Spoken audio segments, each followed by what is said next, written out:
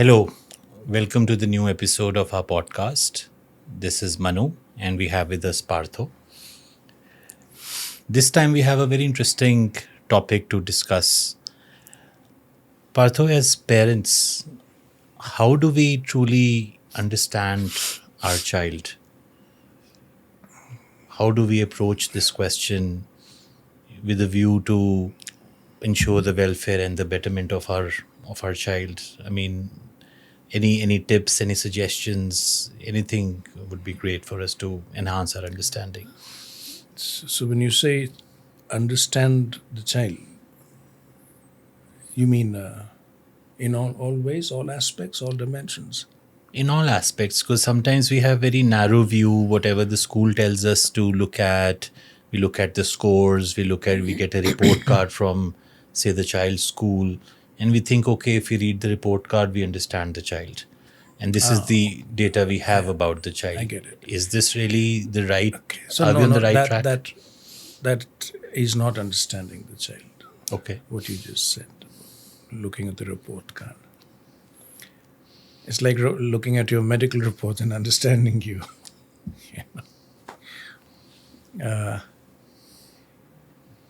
So before we address this question in any meaningful way, understanding a child, I always speak of a more fundamental issue, which is how do you regard your child? There are primarily two ways of regarding your child. One is the child as something that's going to be useful for you, in the sense that your child, when he or she grows up, is going to look after you in many ways, especially if it's a son,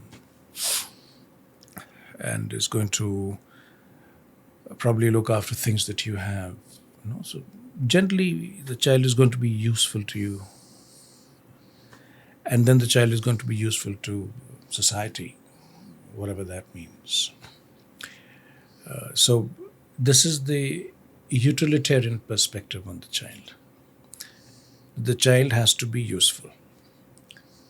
So if the child at some point in his or her life says that, you know what, I don't want to go through your education system, I want to play the flute sitting in the mountain, so I'm going. How will you respond to that will determine your perspective. So most of us look at the child through a utilitarian perspective. Agreed. A usefulness perspective. How useful is the child to me, to my family, to my community, to my society? The other is the evolutionary perspective. That the child who has been born to us, to you, has come to earth, has taken birth for a certain evolutionary purpose. The child is here on earth to grow not just in mind and body, but in consciousness. To become more conscious than I. My child must be more conscious than I, must become more than I have. That's evolutionary. That each generation born to us takes the species one step further in its evolution. These are the two, to my mind, these are the two ways of looking at your child, at children. As a father, I understand the first scenario. Now, when you say as a father, it Yes. doesn't make sense to me. Okay. Father implies a certain degree of ownership. That I am his father, he is my child. I'm just taking he as Understand, yeah. he or she. So, is the parent a father or a mother? Or is the parent, keeping aside the biology of it, a mentor, a guide, a guru? Again, this will be determined by the perspective you have of the child. It certainly rings true. So if not the utilitarian view of as a mentor, as a guide, as a The parent. evolutionary view. To me at the moment, I would like to know more in simpler terms what it means. Yeah. If you could a please. child is, let me put it in the way our Indian traditional yoga puts it, that the child is an evolving soul. The child has incarnated in this particular body mind for an evolutionary purpose, which is evolutionary purpose is growth of consciousness. Right. So if I look at my child that way, that this child is not my child, it just happens to be born through a biological instrumentality. But this child is a soul of its own. It's a soul in its own right. And I'm a custodian until he's self-sufficient. I'm a guardian, a mentor, a guardian, a teacher, a guru at best. Right. If I have the qualities and capacity of a guru. If I don't, then a guide, a mentor, a friend. Right. But I am his father, I am his mother, is a very proprietary form of relationship. Then let's pick it up. So let me complete. Please. So then if you're looking at the child from an evolutionary perspective, then the child has to be seen as something that's evolving or someone that's evolving. Now, when you talk of a child as a being that's evolving, then we're talking about a mental evolution, the evolution of life form itself, the evolution of life itself, and of course the evolution of consciousness. Now, if that is how I approach my child, that the child is evolving in mind and body and evolving in consciousness, then can I really understand the child? Because when human beings mostly talk about understanding, they are usually referring to a conclusion. I understand this, means I've reached a conclusion about this. So now I can say I know this because I understand it. But is the child something that you can at any point say, I know my child, I understand my child? Or the best that we can say is, I understand that my child is an evolving being, and therefore necessarily complex, nuanced. And there is no point where I can say, I understand my child, because the child is growing. And especially when this being is a child, the definition of a child is when you are growing most intensely and rapidly. Which is between which ages? Actually, no age. You can be growing as a child when you're 80. Ah. And you can stop growing when you're 20. So it's nothing to do with biological age. Being a child is being someone who is in continuous growth, who has not settled down for one thing or the other, who is not defined by what he or she has become at a certain stage of life, but is continuously moving on, growing, deepening, widening, becoming more and more of himself or herself. That's the definition of a learning being, which is a child, really. A lifelong learner. I'm not talking about a biological child, of course. Yes. This So age an to adult this can age. also be a child then in that Yeah, case. an adult if can he's learning and growing all the time. As long as the adult is within himself or herself a growing, learning being, he's a child because he's learning. There are no conclusions in him. He's not been conditioned already. So with this understanding, if I wake up tomorrow with this understanding as you have imparted us. To complete it, please. Manu, I'm sorry to No problem. To complete it, if that's how I'm approaching my child, then all I need to understand about my child is what he or she needs to grow at this particular stage of his or her growth. At this stage of his or her growth and experience, what does this child need from me to grow further, to grow deeper, to grow wider? What do I need to do in order to facilitate his or her growth? That is the only understanding I can legitimately seek. Now it's very clear. Yeah. Anything beyond that, I'm looking for conclusions. Right. So there's no definitive, rigid understanding. Yes. There is a continuous process of facilitating my child. Yes. Your child is a symphony that has not concluded yet. And perhaps won't be. And if he or she is truly an evolutionary being, will never conclude. So the process of growing and evolving is just continuous. It's a continuous process with a lot of high points. This whole thing will come to crescendo, and then it'll go to the next level. Beautiful. That's a very beautiful way of understanding it. So if now, based on this discussion so far, how do I kind of gain knowledge as to how do I facilitate my child at a given stage of experience? What is it that I need to know so that I can dispense with this role? I mean, is it something surface, digital media, the friends, the kind of school that I send the child to, the do's and don'ts that we typically look, all around us? Or is there a deeper way of being a true facilitator to the child? In a in a very simple way of putting it, not simplistic, but a simple way. Please, yeah. In one word, I would say freedom. Freedom to be, freedom to become. That is what the child needs. That's the oxygen for the child's soul. Freedom to be, freedom of being. Freedom to be, freedom to become. Which means you're free to be what you are. And you're free to become what you must become out of what you are. Reflect on this, that most children are becoming what their parents want them to become, what their schools want them to become, what their society wants them to become, I thought that was important to always... what someone else wants them to become, right? And that's Yes. important for people. We always ask children, what do you want to become when And you they grow? always say, I want to become an engineer. I want to become a scientist. I want to become a businessman. I want to become a big man, a famous man. What we condition them to Yeah. say. So do you see it's all in external terms? I want to become a famous man. Means what? Famous means to others. That is true.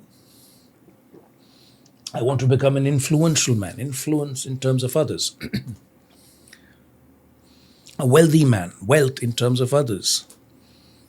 So I always, sort of an imagine that you're on an island, stranded on an island alone. What will you then want to become? If there's no external world, if there's no someone else to tell you what you should become It'll in be life. confusing.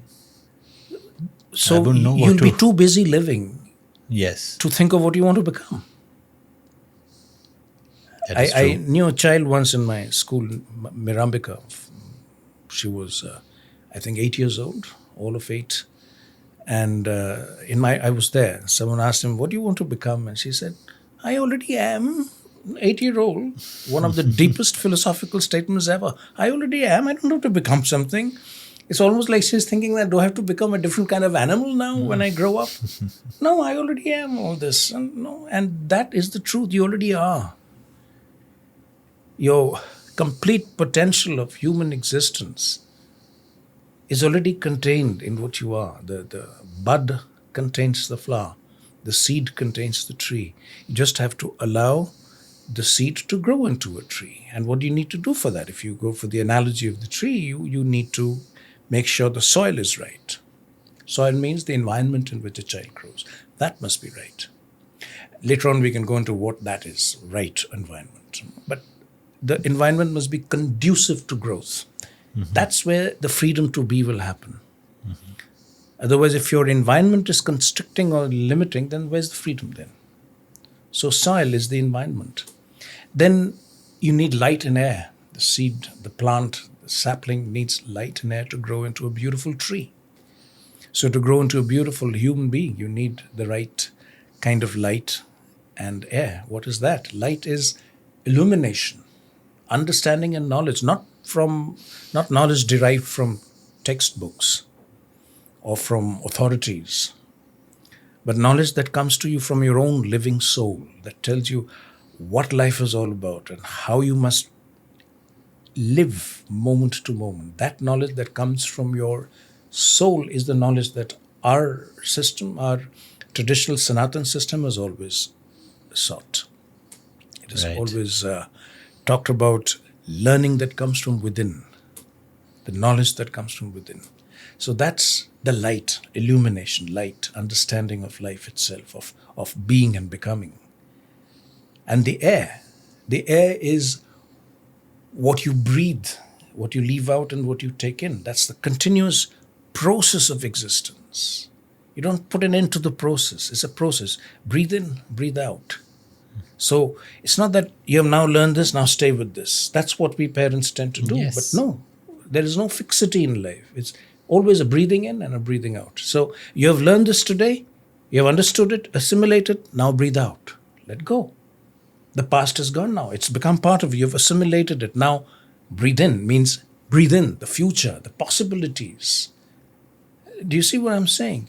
So life is a constant equilibrium between what you've assimilated and you breathe out and what you absorb and take in to become more of what you are.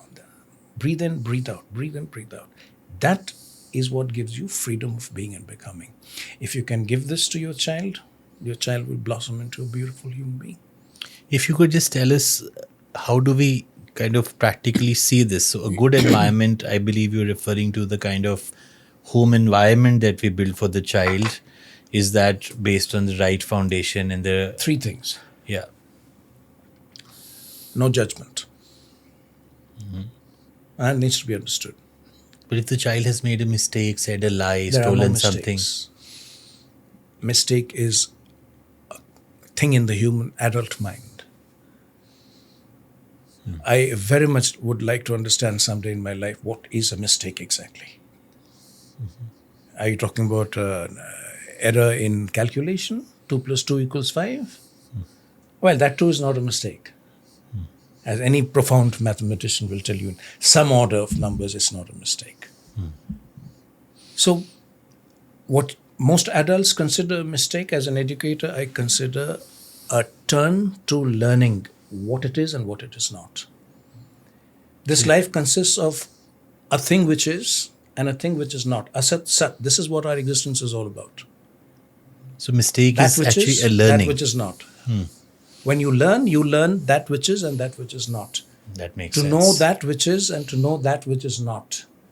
To put it in a Vedantic language, to know the real as the real and the unreal as the unreal. So the judgment goes away. That's all. That is learning. So what's a mistake in this? There is no mistake. It's A only mistake knowledge. is I do this turn and I say, no, it is not this. It is this. So I do this and I get the perfect movement. It's like playing a note in a symphony. I play a note, I say, no, it's not going with the symphony. And I should have the ears trained enough to know that, to detect that. No, it's not that. It's not right. It's not sounding right. It's not that, my teachers told me it's not right. Say that I sense it's not right. There's something in me that tells me, all of us have experienced that. Yes. That, something's not right. And then to give that extra thing and then, that's the right note. I've learned in a way I'll never forget. So this is what you mean by not judging the No child. judgment. There is no Now right, it is no clear. wrong, no good, no bad. Everything is growth. Then So you I'm say- not judging you. You've broken this expensive vase in my room. I'm not going to scold you for it. You've broken it. You've broken it. Then what's the learning in it? I liked that. If you have a good toy and I break it, you won't like it, will you? No, I won't. I didn't. So why did, we break things. Why do we break things? So it opens up a much deeper dimension of life. Why do we break things? Children don't ask this question. Why do we break things? Have you ever thought of that? No. Unconsciousness. Mind and body out of harmony. Clumsiness of movement, which is a result of mind, body, spirit being out of sync. We don't have grace in our bodies. Have you seen people, we walk about, we sit, we do things and there's no grace. There is no There's carefulness. hurriedness We leave and- things as they are. There's something strewn and fallen over there, we leave it as it is. The cup will be, like no care of details. We don't take care of our material life. And then we human beings think we're going to live spiritual lives. It doesn't work that way. So when a child learns that, when he or she is young, that environment, that learning, that harmony, grace, it's not that don't break it.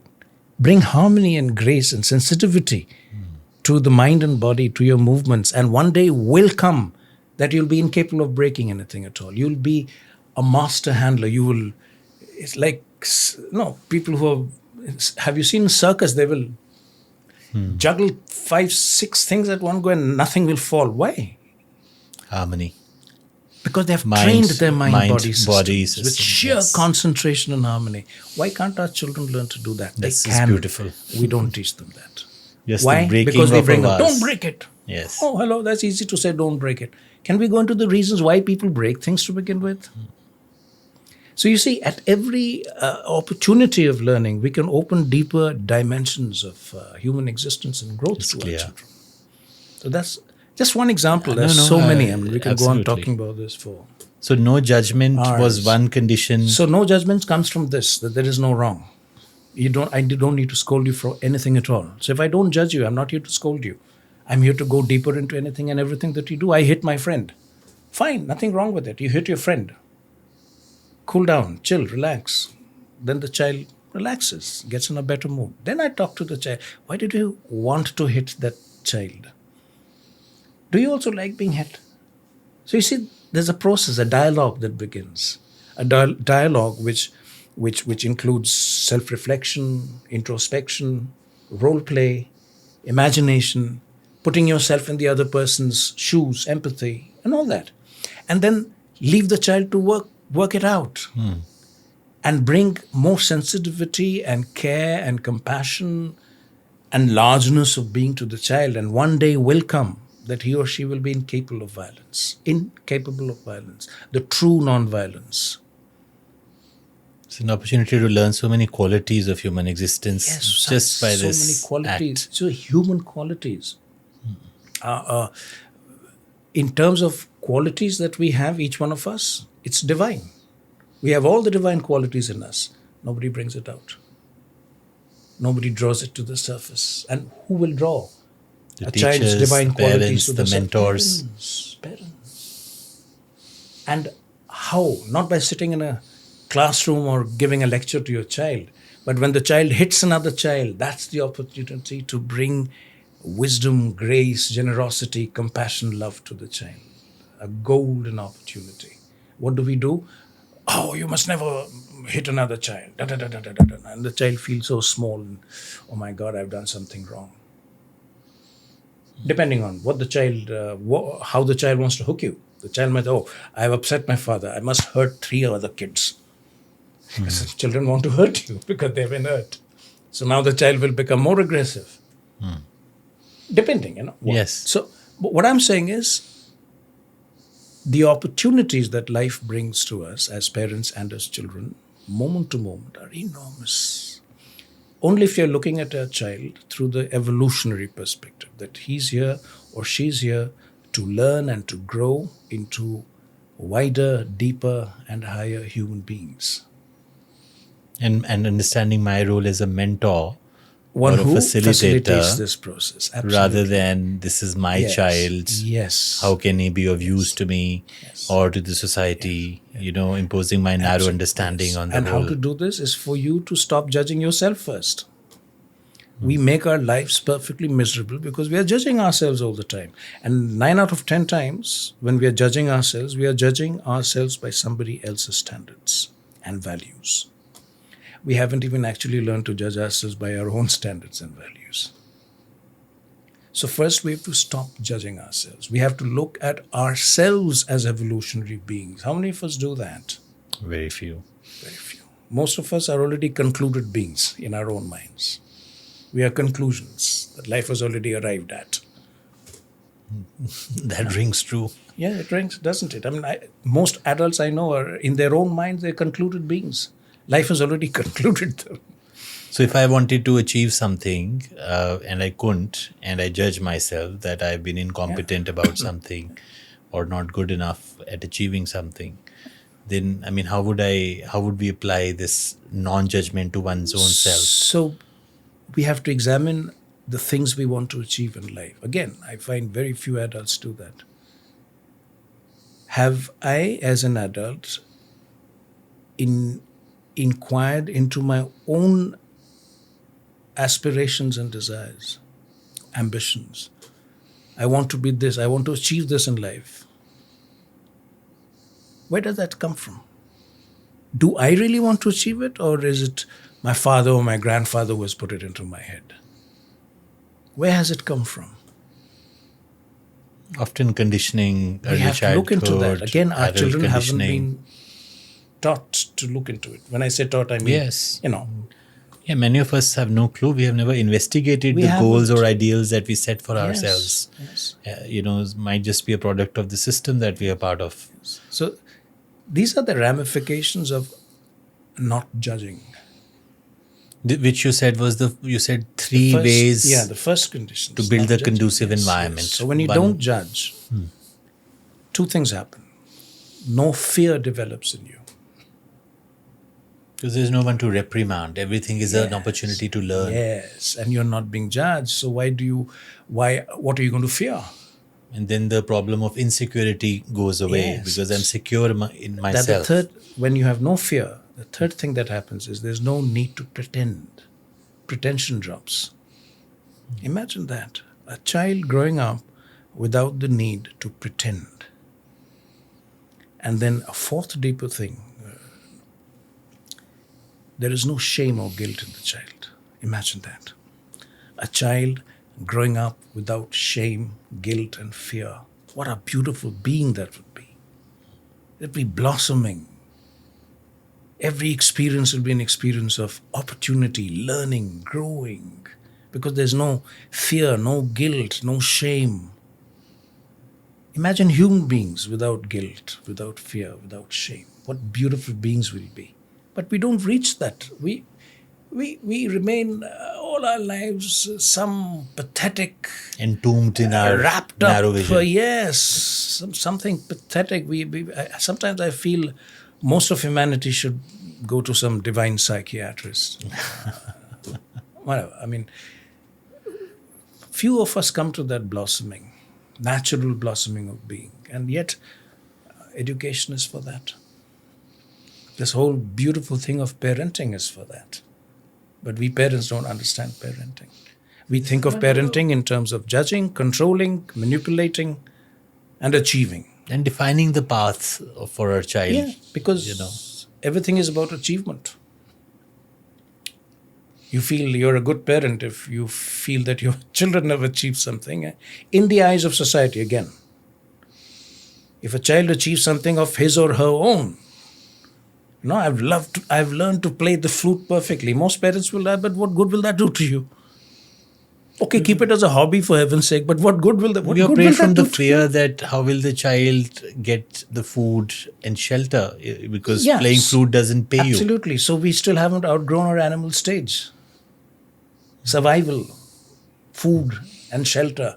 Is that what human life is all about? For us grown-ups, yes. Our children grow up with the same insecurity, food and shelter. So for the rest of their lifetimes, they are trapped. They will never grow. Why? Food and shelter. Status quo ante. This is the capitalist machinery. Food and shelter. And then soon to be added with medicine. Because that's the distinguishing feature of our civilization. Food, shelter, medicine. But then if a child plays the flute and is now enjoying it and learning it and being passionate about it, as a parent or as a school, do we let the child excel in it at the cost of the... So there's one little element we are missing. Learning to play the flute perfectly. That's the key to evolution.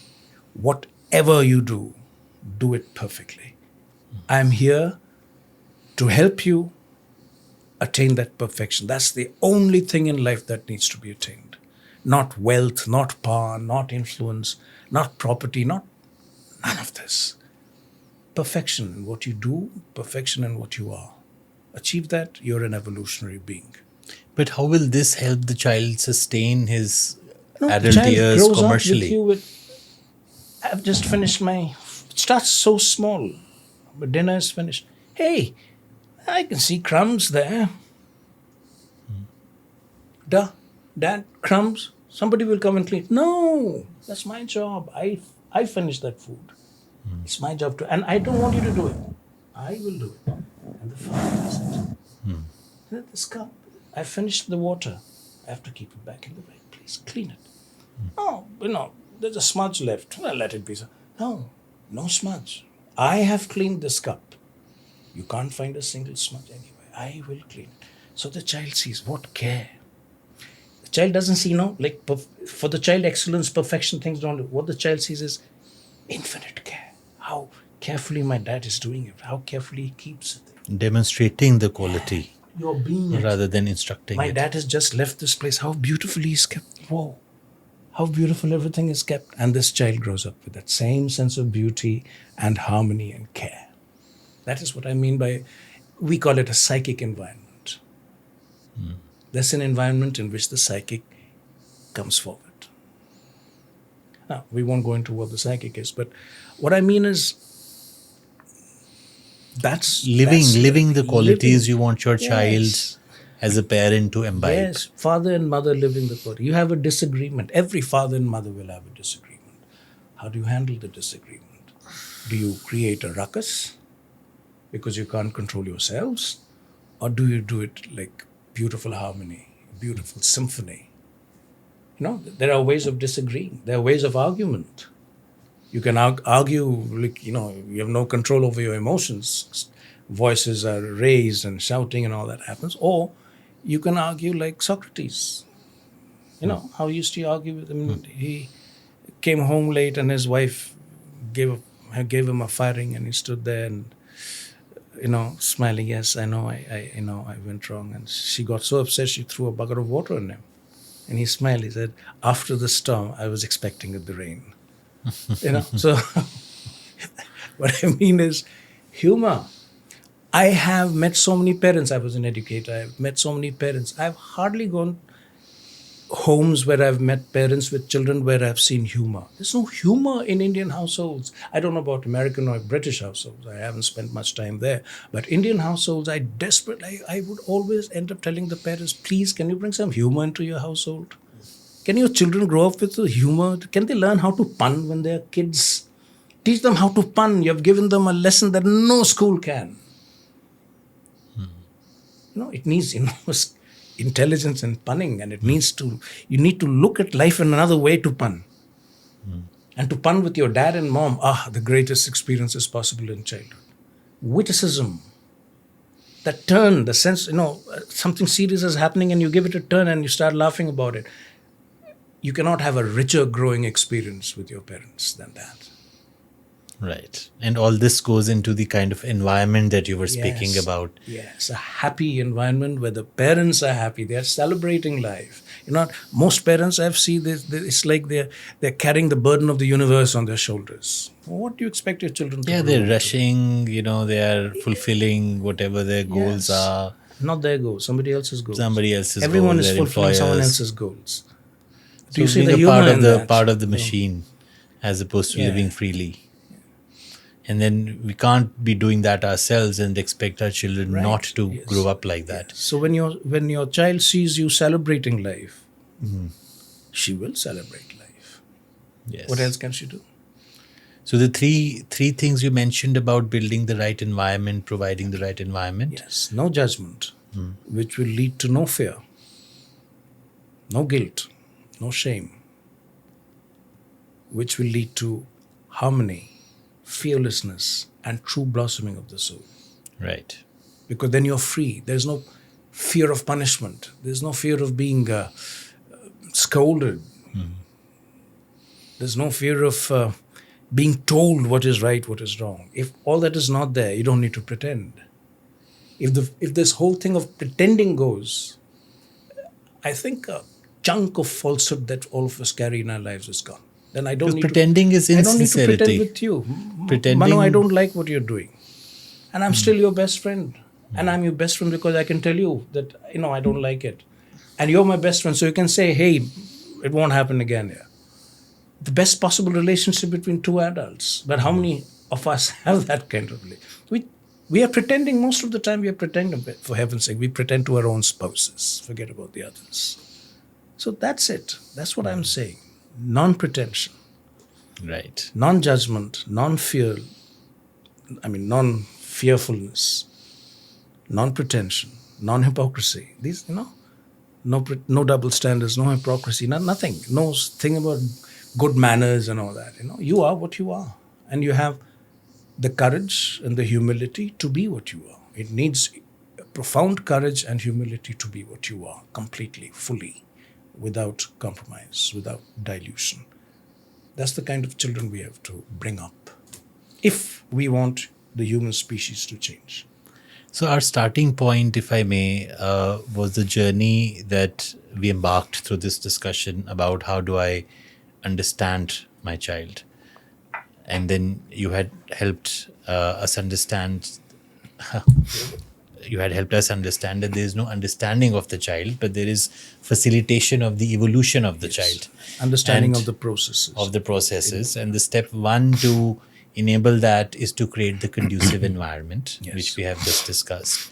What else do I need to understand as a parent to be the right kind of facilitator for the child? So truly speaking, Mano, if what we have just discussed, if you really take all Right. that together, I don't think you need anything more. Once you had mentioned, One of the Yeah. one of the I must mention here that one of the things that most parents are so concerned about most of the time is what and when will my child learn. That's one thing we need to completely put away from our minds. Children will learn whatever they have to learn at their own time, at their own pace. because you had said we need to facilitate what the child needs to learn at that stage, To be at that stage. to be at that stage. Not learn at that, to be. If the child is what he or she is meant to be at that stage, he or she will learn what she or he has to learn at that stage. Learning happens naturally to a child. So And the is child a learns born whatever learner. the child wants to learn. The child never learns what you and I want her to learn. She will learn what she needs to learn, she wants to learn. And she can learn. 3 things: needs to learn, wants to learn, can learn. So she's a born learner then. Yes, no child ever learns something which she cannot learn. Yet our schools are based on the premise that you have to learn what you can or cannot learn. It doesn't matter. Right. And So then, I have proven in my years as an educationist that this whole thing that we call schooling, academic learning, that we do from nursery on, definitely from grade 1 to grade 12, can be done in the last 3 years of your schooling. Grade 10, 11, 12. All of your schooling can be taken care of. And the child will learn at least 10 times better than what he or she would learn otherwise. so if someone is a parent to a third grader, how would you define is the the right Yeah. way to be that parent at that stage So for the one child? of the questions I ask parents is, you have learned languages all your life. Yeah. I suppose I want to teach you a new language right now, today, when you're at your age. How quickly will you learn it? Compared to what you would have done when you were a kid, going through years of foreign language training. How quickly will you learn a language now? How quickly will you learn mathematics now? Suppose now I teach you mathematics. You already have developed your faculty, your intelligence, your experience of life. Now I teach you complex mathematics. Trust me, you will pick it all up within a year. If I'm open to it. If you're open to, if you want to. If you don't Yes. want to, fine. I mean, you want to learn how to play the piano, you can pick it up within a year. Why? Because you have the wherewithal of learning. You have the capacity to learn. You have the apparatus to learn. You have the ripeness to learn. So my whole educational philosophy is based on this, that when the child is about 14 years old, between 14 and 18, the child can learn everything that you can teach the child academically. Everything and more. So the idea is to build the conducive environment, like the example of the tree you gave. Yes. So if the soil is proper, the environment is proper, the Yes. tree is blossoming and well nourished, Yes. then you can teach the brain, child mind what you need and to. brain development. Some of the most interesting games that I used to ask my the parents to play with the children. Games like you and I, sitting, walking around, and I ask you questions, puzzles, things to solve in your mind. I know, things to develop your memory. Hey, you went to that room over there to have pizza. What all did you see around you? How many of those placards were there? What all did each of them say? What were the colorings over there? And most of the children, duh. They will memorize their academic stuff, but they won't remember that. So the next time the child knows that dad is going to ask this question. So the child is in the room, cut, everything is taken and kidding. Now the child is waiting. Hey dad, ask. Hey dad, ask. I'm not going to ask today. Let's see what happens after 3 days. Oh yeah, dad. No. So after 3 days, he's ready. Ask. All right. How many placards? 6. How many colors? Da. What has happened? Not only has the child developed memory, observation and memory, but he's enjoyed doing it. Which kids don't enjoy because it's a chore, an academic chore. Here, you're playing a game. You're walking down the steps. How many steps? What would be, if I build 3 more floors, how many steps? Give me the answer by the time we reach the ground floor. Then boom, boom, boom, boom, mental calculation. By the time he or she reaches the ground floor, the answer is ready. This is how this is called cognitive development.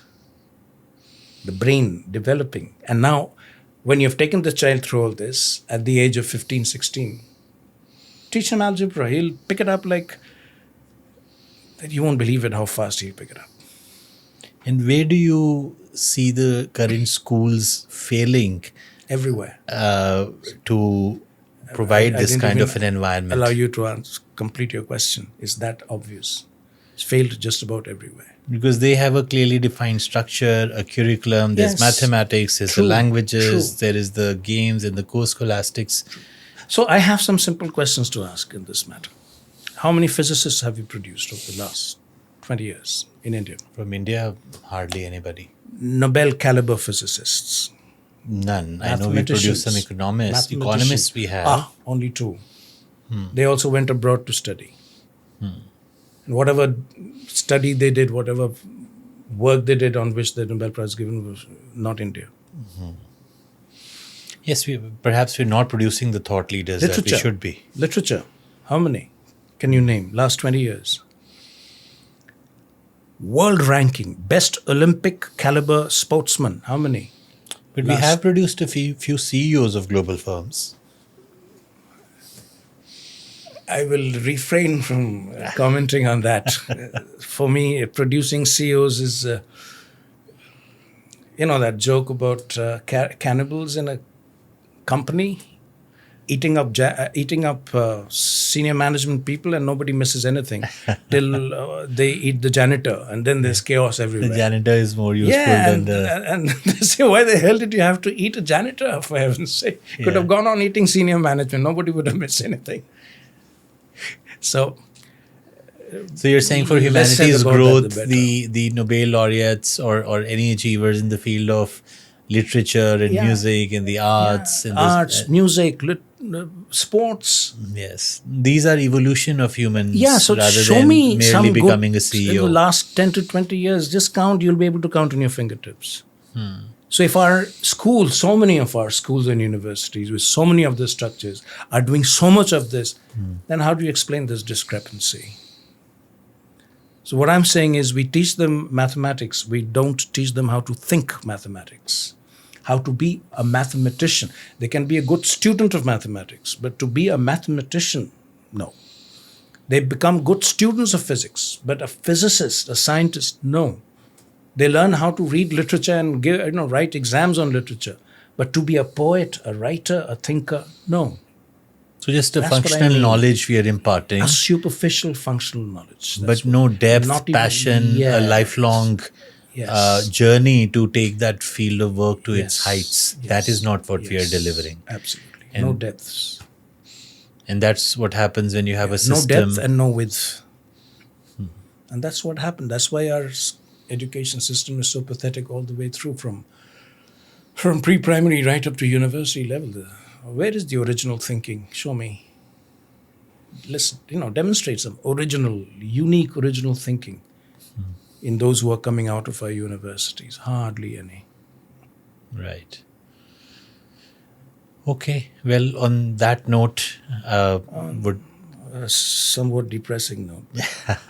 But But yes, I hope we'll have more opportunities to develop this understanding a bit more. as long as we are willing to look into this, give it a long and honest look, I'm okay with these dialogues, Manu. Appreciate it. Well, thank you very much for the session today. Thank you for having me. Thanks.